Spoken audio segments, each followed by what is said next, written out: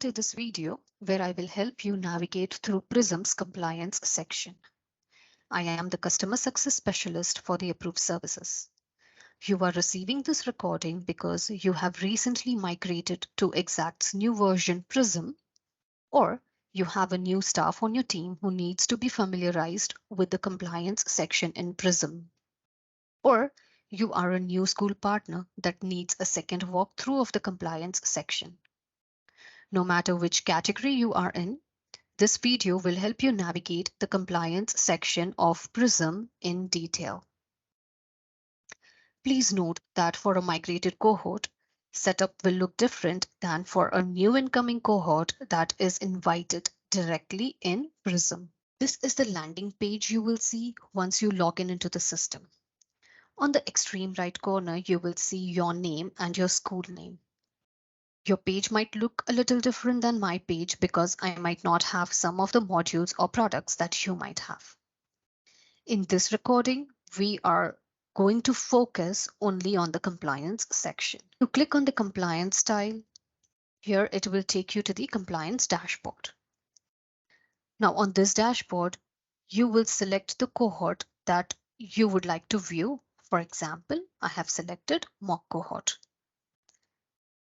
Now from the top ribbon, we will begin at left, that is the dashboard tab. If we click on the dashboard tab, we are going to get some really nice views. The first view is the dashboard view, and this gives you an overview of where everything stands.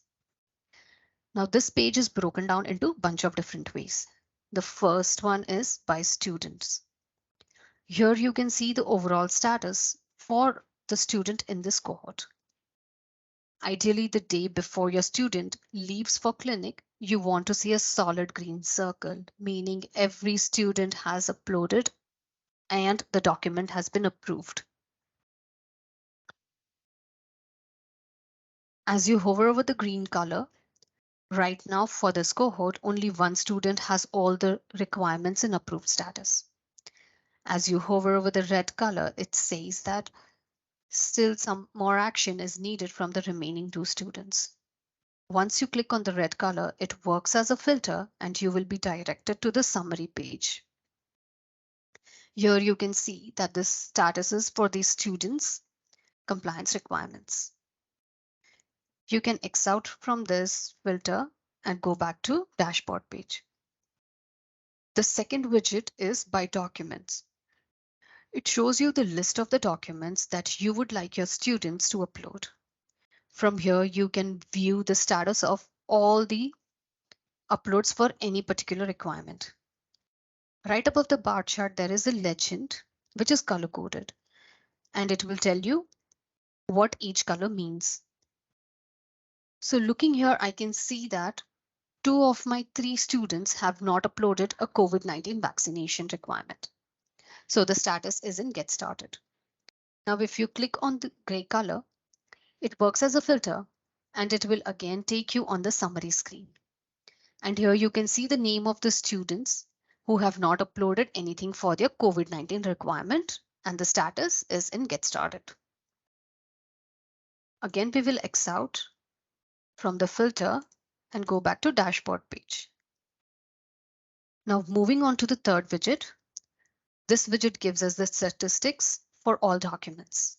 So if your cohort has 3 students and 14 documents, that is equal to 42 documents that need to be uploaded for this cohort. Here it allows you to filter for all the documents in certain status. The green color here says to you that you have 18 documents in approved status. And the yellow color says that there are 4 documents in pending review status, and so on. Now, if you want to see which requirements are in pending review status and for which students, you would click on the yellow color on the pie chart and you would see the name of the students on the left-hand side and all their requirements that are in pending review statuses. Now, these are some amazing reporting functionality on the dashboard page. Now, the next tab is my favorite tab, and it is the summary page. The summary page will give a report for all the students and all the requirements. On the right corner of the page, there is a funnel icon. And by clicking on it, a drawer opens up, which shows you all the filters that you can use throughout the summary screen. For example, you can either filter by requirement, you can choose any one requirement. For example, we have chosen here flu, and you can also filter with statuses. Now we can choose to see flu requirement, which is a not approved status, and apply the filter. Now it will take you to the summary page, which will give you, it will filter out the student whose flu requirement is not approved status. Now, if you want to see a document that is not approved, all you have to do is click on the not approved status. Here, you can see the reason as to why the document was not approved. And if needed, our reviewers will also mention a comment. The other nice feature about Prism is the status history on this page.